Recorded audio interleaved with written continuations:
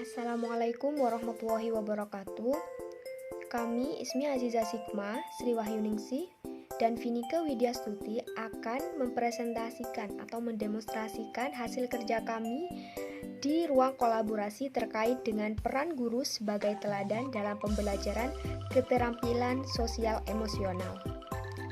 Terdapat beberapa pertanyaan yang berkaitan dengan peran seorang guru menjadi contoh ataupun teladan dalam hal sosial emosional. Yang pertama, tantangan apa bagi seorang guru untuk menjadi contoh ataupun teladan khususnya dalam hal sosial emosional?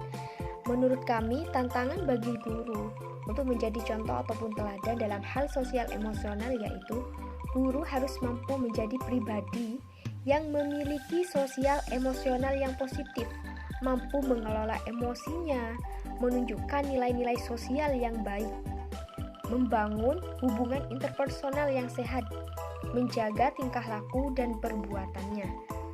Seorang guru itu harus konsisten dalam hal tersebut karena dalam kepribadian yang dimiliki oleh guru akan dilihat dan dicontoh oleh peserta didiknya.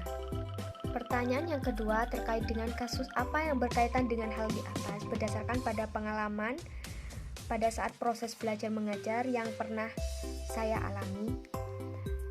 Kasus yang pernah saya alami adalah menghadapi peserta didik yang sangat sulit dikondusifkan pada saat pembelajaran, suka teriak-teriak, suka lari-larian di dalam kelas. Hal tersebut tentu saja sangat menguras emosi dan kesabaran seorang guru. Namun, sebisa mungkin emosi yang ada dalam diri kita bisa dikendalikan dan menangani kasus tersebut dengan kepala dingin dan tanpa emosi. Karena dikhawatirkan apabila kita langsung memarahi anak tersebut enggan untuk datang ke sekolah dan itu akan berdampak yang sangat tidak baik untuk kemajuan pendidikan peserta didik. Nah, baik teman-teman, tentu kalian semua pernah mengalami hal yang berkaitan dengan sosial emosional. Nah, sekarang ceritakan atau lakukan refleksi diri terhadap kegiatan yang pernah kalian alami. Apakah tindakan yang kalian lakukan itu sudah benar atau tidak? Dan kalian bisa memperbaiki di pembelajaran selanjutnya atau pertemuan-pertemuan selanjutnya.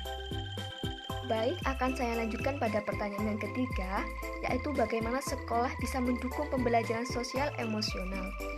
Yang pertama, sekolah bisa melakukan kegiatan rutin di luar jam pelajaran akademik, ataupun sekolah bisa melakukan kegiatan rutin yang terintegrasi ke dalam pembelajaran di kelas.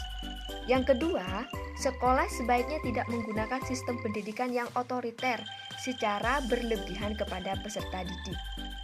Yang ketiga, sekolah dapat menyediakan sarana dan prasarana yang dapat menunjang terlaksananya pembelajaran sosial emosional, termasuk mengakomodasi kebutuhan setiap peserta didik.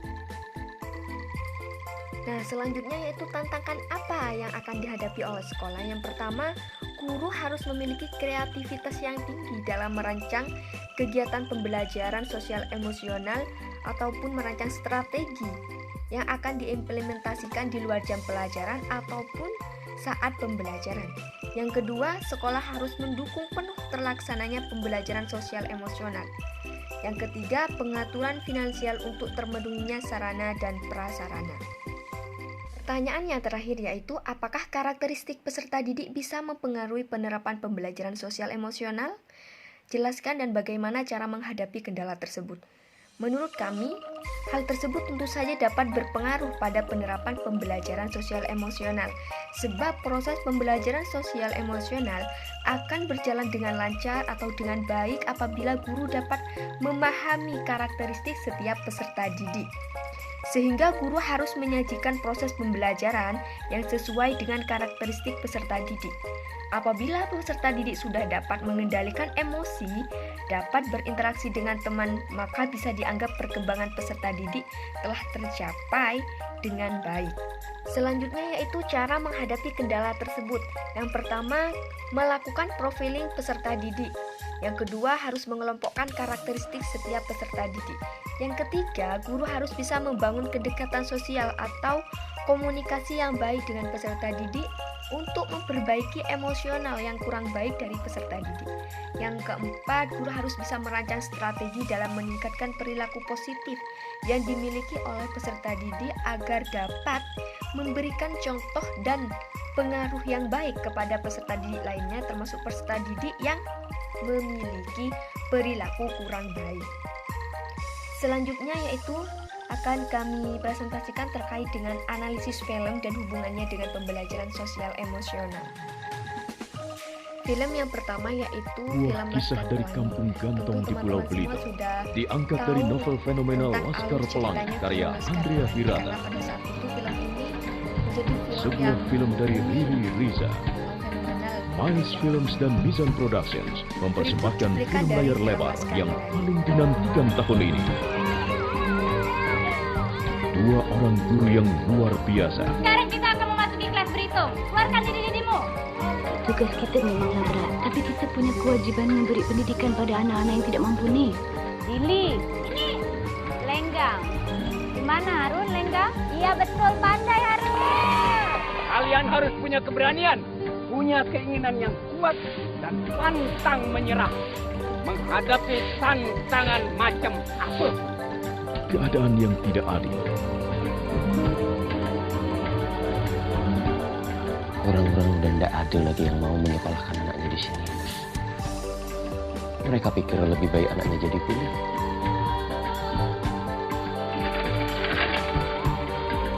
Bagaimana cara kalian mempertahankan sekolahnya? Biayanya, gajinya.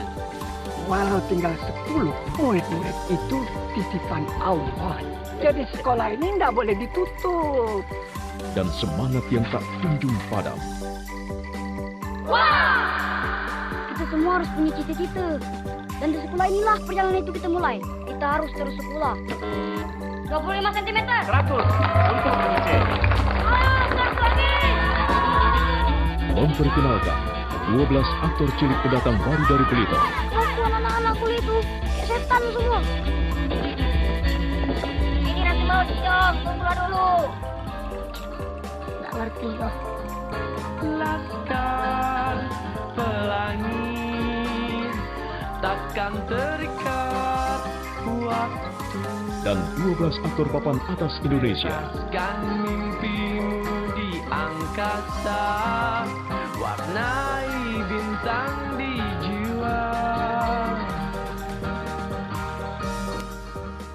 Film Laskar Pelangi merupakan sebuah film yang memiliki nilai juang, dedikasi, dan pengorbanan yang tinggi dari seseorang. Keberhasilan anak-anak di sana merupakan sebuah hasil didikan dari seorang guru yang sabar, yang selalu memberikan nilai-nilai positif kepada mereka.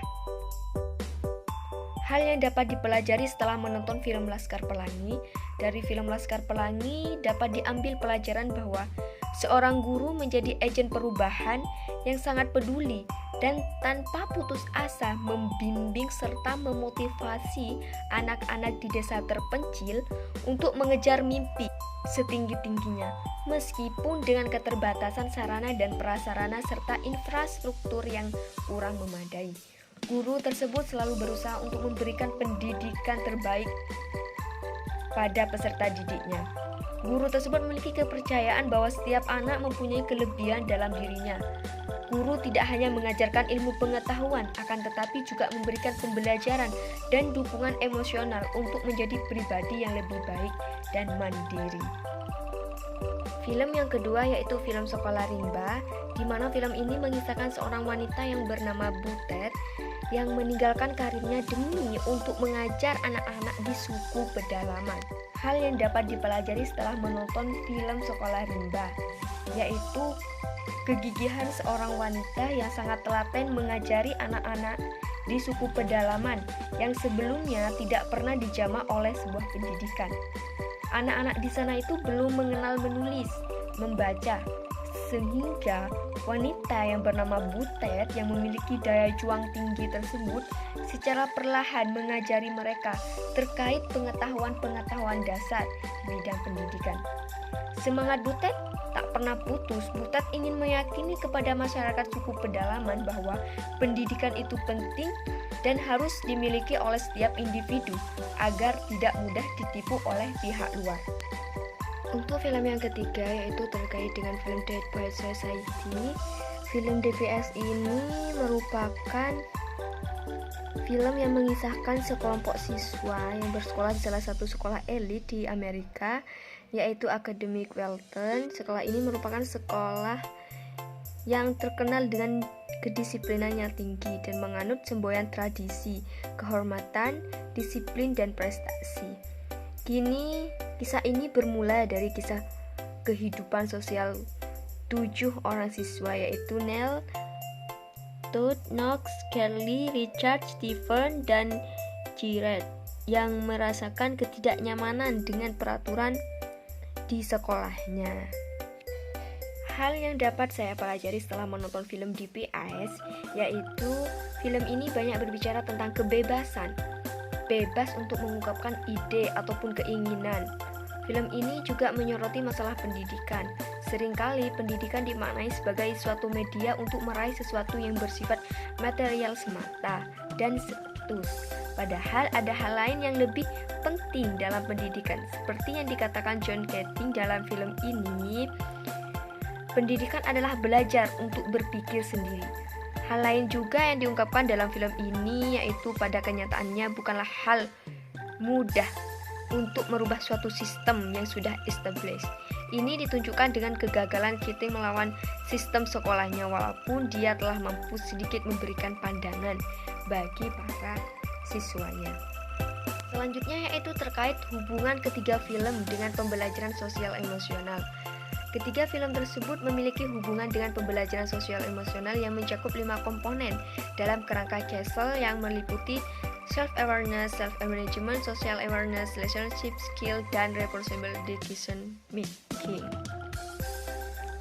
Kesimpulan dari film yang telah kami tonton yaitu bahwa guru adalah sebuah agen perubahan dalam mewujudkan sumber daya manusia yang berpendidikan.